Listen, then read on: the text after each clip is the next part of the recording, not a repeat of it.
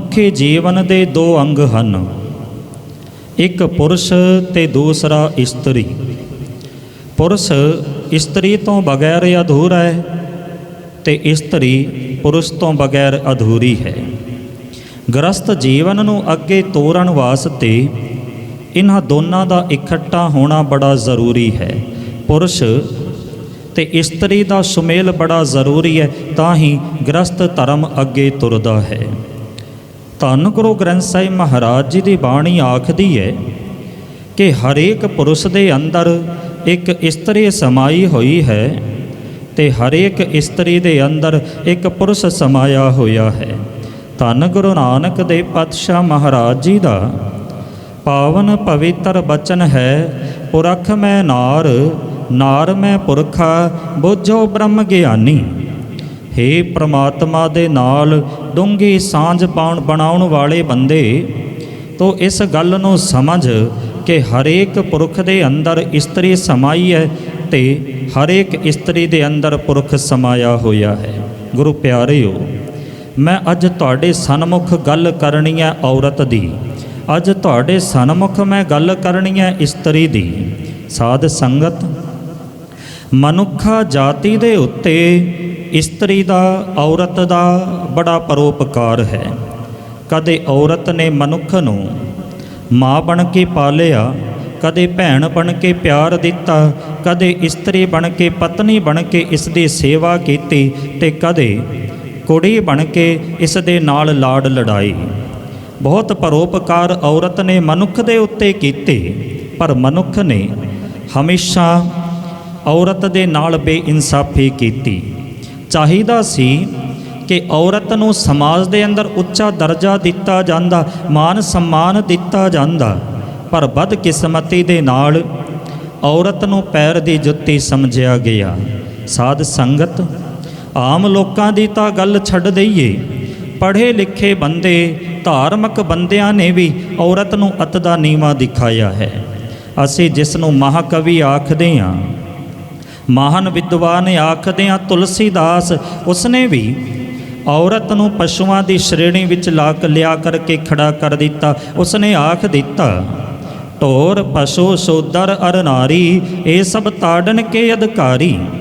ਕਿ ਚਾਰ ਚੀਜ਼ਾਂ ਪਿਆਰ ਦੀਆਂ ਹੱਕਦਾਰ ਨਹੀਂ ਹੁੰਦੀਆਂ, ਇਹਨਾਂ ਨੂੰ ਹਮੇਸ਼ਾ ਤਾੜਨਾ ਕਰਨੀ ਚਾਹੀਦੀ ਹੈ। ਢੋਰ ਨੂੰ, ਪਸ਼ੂ ਨੂੰ, ਸ਼ੂਦਰ ਨੂੰ ਤੇ ਨਾਰੀ ਨੂੰ। ਧਾਰਮਿਕ ਬੰਦਾ ਪਰਮਾਤਮਾ ਦੇ ਭਗਤਾਂ ਵਿੱਚ ਗਿਣਤੀ ਕੀਤੀ ਗਈ, ਮਹਾਕਵੀ ਆਖਿਆ ਗਿਆ, ਵਿਦਵਾਨ ਆਖਿਆ ਗਿਆ, ਪਰ ਉਸਨੇ ਵੀ ਨਾਰੀ ਦੇ ਇਤਨੇ ਦੁਰਗਤੀ ਕੀਤੀ, ਔਰਤ ਨੂੰ ਇੰਨਾ ਨੀਵਾਂ ਦਿਖਾਇਆ। ਸਾਧ ਸੰਗਤ, ਅਜੋਕੇ ਸਮੇਂ ਦੇ ਅੰਦਰ ਬੜੀ ਅਵੇਅਰਨੈਸ ਲੋਕਾਂ ਵਿੱਚ ਆਈ ਹੈ। ਨਾਰੀ ਨੂੰ, ਔਰਤ ਨੂੰ ਬੜਾ ਸਨਮਾਨ ਦਿੱਤਾ ਜਾ ਰਿਹਾ ਹੈ, ਉੱਚੇ ਅਹੁਦੇ ਦਿੱਤੇ ਜਾ ਰਹੇ ਹਨ, ਪਰ ਪੁਰਾਣੇ ਸਮੇਂ ਦੇ ਅੰਦਰ ਔਰਤ ਨੂੰ ਪੈਰ ਦੀ ਜੁੱਤੀ ਸਮਝਿਆ ਜਾਂਦਾ ਸੀ। ਔਰਤ ਨੂੰ ਘਰ ਵਿੱਚ ਕੇਵਲ ਇਤਨਾ ਅਧਿਕਾਰ ਸੀ ਕਿ ਇਹ ਕੇਵਲ ਤੇ ਕੇਵਲ ਰੋਟੀ ਪਕਾਏ, ਸੰਤਾਨ ਪੈਦਾ ਕਰੇ, ਘਰ ਦੇ ਛੋਟੇ ਮੋਟੇ ਕੰਮ ਕਰੇ। ਇਸ ਤੋਂ ਵੱਧ ਔਰਤ ਨੂੰ ਕੋਈ ਹੋਰ ਅਧਿਕਾਰ ਨਹੀਂ ਸੀ। ਭਾਵੇਂ ਔਰਤ ਆਪਣੇ ਪਤੀ ਦੇ ਪਿੱਛੇ ਆਪਣੀਆਂ ਸਾਰੀਆਂ ਖੁਸ਼ੀਆਂ ਕੁਰਬਾਨ ਕਰ ਆਂਦੀ ਸੀ, ਪਰ ਜਦੋਂ ਪਤੀ ਮਰ ਜਾਂਦਾ ਸੀ ਨਾ, ਤਾਂ ਔਰਤ ਨੂੰ ਪਤੀ ਦੀ ਚਿਖਾ ਵਿੱਚ ਸੜ ਕਰਕੇ ਸਤੀ ਹੋਣਾ ਪੈਂਦਾ ਸੀ। ਇਸ ਨੂੰ ਜਿਉਂਦਿਆਂ ਜੀ ਮਜਬੂਰੀ ਦੇ ਅੰਦਰ ਆਪਣੇ ਪਤੀ ਦੀ ਚਿਖਾ ਵਿੱਚ ਜਿਉਂਦਿਆਂ ਜੀ ਮਰਨਾ ਪੈਂਦਾ ਸੀ। ਸਾਧ ਸੰਗਤ, ਧਾਰਮਿਕ ਗ੍ਰੰਥਾਂ ਨੇ ਵੀ ਕੋਈ ਤਰਸ ਔਰਤ ਦੇ ਉੱਤੇ ਨਹੀਂ ਜੇ ਕੀਤਾ, ਬਲਕਿ ਹੋਰ ਦੁਰਗਤੀ ਕੀਤੀ ਹੈ। ਇੱਕ ਧਾਰਮਿਕ ਗ੍ਰੰਥ ਦੇ ਅੰਦਰ ਲਿਖਿਆ ਹੋਇਆ ਹੈ, ਪਤੀ ਭਾਵੇਂ ਬੁੱਢਾ ਹੋਵੇ, ਪਤੀ ਭਾਵੇਂ ਬੁੱਢਾ ਹੋਵੇ, ਕਰੂਪ ਹੋਵੇ, ਲੰਗੜਾ ਹੋਵੇ, ਲੁੱਲਾ ਹੋਵੇ, ਚੋਰ ਹੋਵੇ, ਡਾਕੂ ਹੋਵੇ, ਸ਼ਰਾਬੀ ਹੋਵੇ, ਰੰਡੀਬਾਜ਼ ਹੋਵੇ, ਜੂਏਬਾਜ਼ ਹੋਵੇ, ਕਾਤਲ ਹੋਵੇ, ਸ਼ਰੇਆਮ ਪਾਪ ਕਰਦਾ ਫਿਰੇ, ਪਰ ਪਤਨੀ ਨੂੰ ਆਪਣੇ ਪਤੀ ਦੀ ਸੇਵਾ, ਆਪਣੇ ਪਤੀ ਦੀ ਪੂਜਾ ਪਰਮੇਸ਼ਰ ਵਾਂਗ ਕਰਨੀ ਚਾਹੀਦੀ ਹੈ। ਇਹ ਹਾਲਤ ਔਰਤ ਦੀ ਸਾਡੇ ਸਮਾਜ ਦੇ ਅੰਦਰ ਸੀ। ਇੱਕ ਉਦਾਹਰਣ ਹੋਰ ਆਪ ਜੀ ਦੇ ਸਨਮੁਖ ਰੱਖਦੇ ਹਾਂ। ਆਪ ਸਾਰਿਆਂ ਨੂੰ ਪਤਾ ਹੈ, ਕੌਰਵਾਂ ਤੇ ਪਾਂਡਵਾਂ ਨੇ ਜੂਆ ਖੇਡਿਆ ਰਾਜ ਦੇ ਬਟਵਾਰੇ ਨੂੰ ਲੈ ਕਰਕੇ, ਔਰ ਆਪ ਜਾਣਦੇ ਹੋ इस जुए दे अंदर पांडव अपना सारा कुछ हार गए, की महल, की गहने, की कपड़े, इत्थों तक अपने सिर दा मुकट भी पांडवां ने दाऽ ते लगा दिता ते उसनूं भी हार गए। जदों हार गए, युधिष्ठिर कहन लगा हुण तां खेल खत्म हो गया, असीं तां सब कुछ हार गए हाँ, हुण साडे कोल दाव ते लगाउण वास्ते कुछ नहीं। ते युधिष्ठिर उठ के तुरन लगा। कहंदे जदों युधिष्ठिर उठ के तुर रहा सी, दुर्योधन ने उसका हत्थ पकड़ लिया।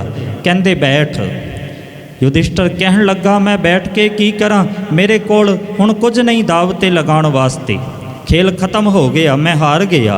इत्थों तक सिर दा मुकट भी मैं दाऽ ते लगा दिता, हुण मैं की दाऽ ते लगावांगा। दुर्योधन कहन लगा एक चीज़ है तेरे कोल, तूं उसनूं दाव ते लगा सकदा है। युधिष्ठिर कहन लगा नहीं, मेरे कोल कुछ नहीं है। दुर्योधन कहंदा नहीं, एक चीज़ है। युधिष्ठिर कहंदा किहड़ी चीज़?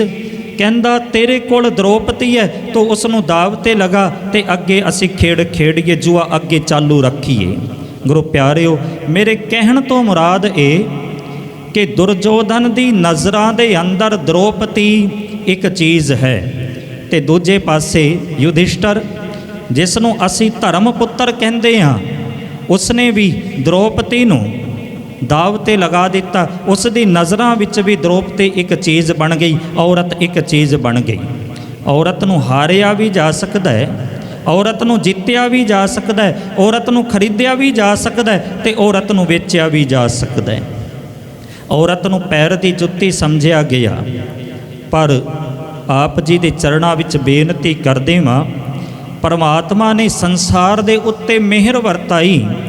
धन गुरु नानक देव पातशाह महाराज नूं संसार दे अंदर भेज दिता, ते जिन्हां ने आकर के औरत दे हक विच आवाज़ बुलंद कीती, ते ये आख दिता सो क्यों मंदा आखीए जित जम्मै राजान, कि जिहड़ी औरत सारियां नूं पैदा करदी है, जिस औरत दे पेट विचों सारे पैदा हुंदे हन, उसनूं असीं किवें माड़ा आख सकदे हां। गुरु प्यारिओ, प्रिंसीपल सतबीर सिंह ने एक बड़ी प्यारी घटना लिखी है। कहंदे जदों धन गुरु नानक देव पातशाह महाराज ने उदासियां दियां प्रचार दौरे की शुरुआत करने की तैयारी की है, करन लगे हन, तो भाई मरदाना जी ने धन गुरु नानक देव पातशाह महाराज नूं आख दिता, सच्चे पातशाह मेरी रबाब पुरानी हो गई है, सुर चंगी तरह बोलते नहीं, सारे सुर हिल गए हैं, तारा हिल गई हैं, तुसीं किरपा करो नवी रबाब मैनू बना के दवाओ। धन गुरु नानक देव पातशाह महाराज ने फिरंदे नां दे कारीगर तो भाई मरदाना जी वास्ते नवी रबाब बनवाई है। जदों रबाब बन गई, भाई मरदाना जी ने बाबे नानक नूं आख्या, बाबा जी रबाब बन के तैयार हो गई है, तुसीं मैनू पैसे दिओ ते मैं रबाब चुक लियावां। धन गुरु नानक देव महाराज जी आखण लगे, भाई मरदाना इस रबाब दे पैसे तू बेबे नानकी तू लै। भाई मरदाना जी ने सवाल किया, क्यों बाबा तुहाडे कोल पैसे नहीं? धन गुरु नानक देव महाराज जी कहण लगे, मरदानिया ऐसी गल नहीं, पैसे मेरे कोल हैगे, पर मैं चाहुंदा हाँ जिस धर्म मंदिर की नींव मैं रखण लगा हाँ, उस धर्म मंदिर के अंदर औरत का योगदान, औरत की थां बड़ी उच्ची होनी चाहिए है। गुरु प्यारिओ, बाद दे विच जदों धन गुरु गोबिंद सिंह पातशाह महाराज ने अमृत तैयार किया, तो उस विच जिहड़े पतासे पुआए वो माता साहिब कौर जी तो पुआए। क्यों? क्योंकि गुरु नानक दे इस धर्म मंदिर के अंदर औरत का योगदान, औरत की थां बड़ी उच्ची होनी चाहिए है। साध संगत, सतगुरां ने मर्द ते औरत के अंदर कोई वितकरा नहीं किया, किते कोई वितकरा नहीं। जिहड़ा काम सिख मर्द कर सकता है, वही काम सिख औरत भी कर सकती है।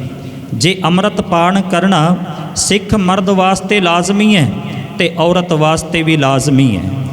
ਮਰਿਆਦਾ ਦੋਨਾਂ ਵਾਸਤੇ ਇੱਕੋ ਹੀ ਹੈ। ਜਿਹੜੀ ਮਰਿਆਦਾ ਸਿੱਖ ਮਰਦ ਵਾਸਤੇ ਹੈ ਉਹੀ ਮਰਿਆਦਾ ਸਿੱਖ ਔਰਤ ਵਾਸਤੇ ਹੈ। ਜਿਹੜੀ ਬਾਣੀ ਸਿੱਖ ਮਰਦ ਵਾਸਤੇ ਹੈ ਉਹੀ ਬਾਣੀ ਸਿੱਖ ਔਰਤ ਵਾਸਤੇ ਹੈ। ਜੇ ਸਿੱਖ ਮਰਦ ਕਿਰਪਾਨ ਧਾਰਨ ਕਰ ਸਕਦਾ ਹੈ, ਕਿਰਪਾਨ ਪਾ ਸਕਦਾ ਹੈ, ਤੇ ਸਿੱਖ ਬੀਬੀਆਂ ਸਿੱਖ ਔਰਤਾਂ ਵੀ ਕਿਰਪਾਨ ਧਾਰਨ ਕਰਨਗੀਆਂ। ਮੇਰੇ ਕਹਿਣ ਤੋਂ ਮੁਰਾਦ ਇਹ ਹੈ, ਕਿਤੇ ਵੀ ਕੋਈ ਵਿਤਕਰਾ ਮਰਦ ਤੇ ਪੁਰਸ਼ ਦੇ ਅੰਦਰ ਸਤਿਗੁਰਾਂ ਨੇ ਨਹੀਂ ਕੀਤਾ। ਅੱਜ ਭਾਵੇਂ ਨਾਰੀ ਸ਼ਕਤੀਕਰਨ ਤੇ ਬੜਾ ਜ਼ੋਰ ਦਿੱਤਾ ਜਾ ਰਿਹਾ ਹੈ, ਨਾਰੀ ਨੂੰ ਸਨਮਾਨ ਦਿੱਤਾ ਜਾ ਰਿਹਾ ਹੈ, ਉੱਚੇ ਅਹੁਦੇ ਦਿੱਤੇ ਜਾ ਰਹੇ ਹਨ, ਪਰ ਧੰਨ ਗੁਰੂ ਨਾਨਕ ਦੇ ਪਾਤਸ਼ਾਹ ਮਹਾਰਾਜ ਨੇ ਅੱਜ ਤੋਂ 550 ਸਾਲਾਂ ਪਹਿਲਾਂ ਹੀ ਇਹ ਆਵਾਜ਼ ਬੁਲੰਦ ਕਰ ਦਿੱਤੀ ਸੀ, ਸੋ ਕਿਉ ਮੰਦਾ ਆਖੀਐ ਜਿਤ ਜੰਮੈ ਰਾਜਾਨ। ਇੱਕ ਫਾਰਸੀ ਦੇ ਆਲਮ ਨੇ ਬੜੀ ਪਿਆਰੀ ਗੱਲ ਲਿਖੀ। ਉਹ ਲਿਖਦਾ ਹੈ, ਜਿਸ ਘਰ ਵਿੱਚ ਔਰਤ ਦੇ ਅੱਖਾਂ ਵਿੱਚੋਂ ਅਥਰੂ ਨਿਕਲਦੇ ਹਨ, ਕਹਿੰਦੇ ਉਸ ਘਰ ਦੀਆਂ ਸਾਰੀਆਂ ਖੁਸ਼ੀਆਂ ਬਾਹਰ ਚਲੀਆਂ ਜਾਂਦੀਆਂ ਹਨ।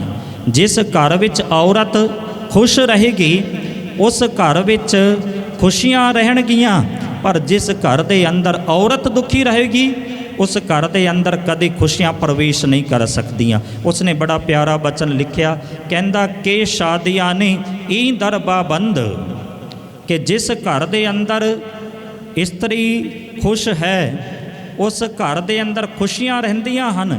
ਕਿ ਸ਼ਾਦੀਆਂ ਨੇ ਈ ਦਰ ਪਾਬੰਦ, ਕਿ ਬਾਗੇ ਜ਼ਨ ਅਜ਼ ਵਾ ਬਰ ਆਇਦ ਬੁਲੰਦ। ਪਰ ਜਿਸ ਘਰ ਵਿੱਚ ਔਰਤ ਦੀਆਂ ਅੱਖਾਂ ਵਿੱਚ ਅਥਰੂ ਨਿਕਲਦੇ ਹਨ, ਕਹਿੰਦੇ ਉਸ ਘਰ ਦੀਆਂ ਸਾਰੀਆਂ ਖੁਸ਼ੀਆਂ ਉਸ ਔਰਤ ਦੇ ਅਥਰੂਆਂ ਦੀ ਤਰ੍ਹਾਂ ਘਰ ਤੋਂ ਬਾਹਰ ਨਿਕਲ ਜਾਂਦੀਆਂ ਹਨ। ਗੁਰੂ ਪਿਆਰਿਓ, ਅਸੀਂ ਵੀ ਔਰਤ ਦਾ ਸਨਮਾਨ ਕਰੀਏ, ਔਰਤ ਨੂੰ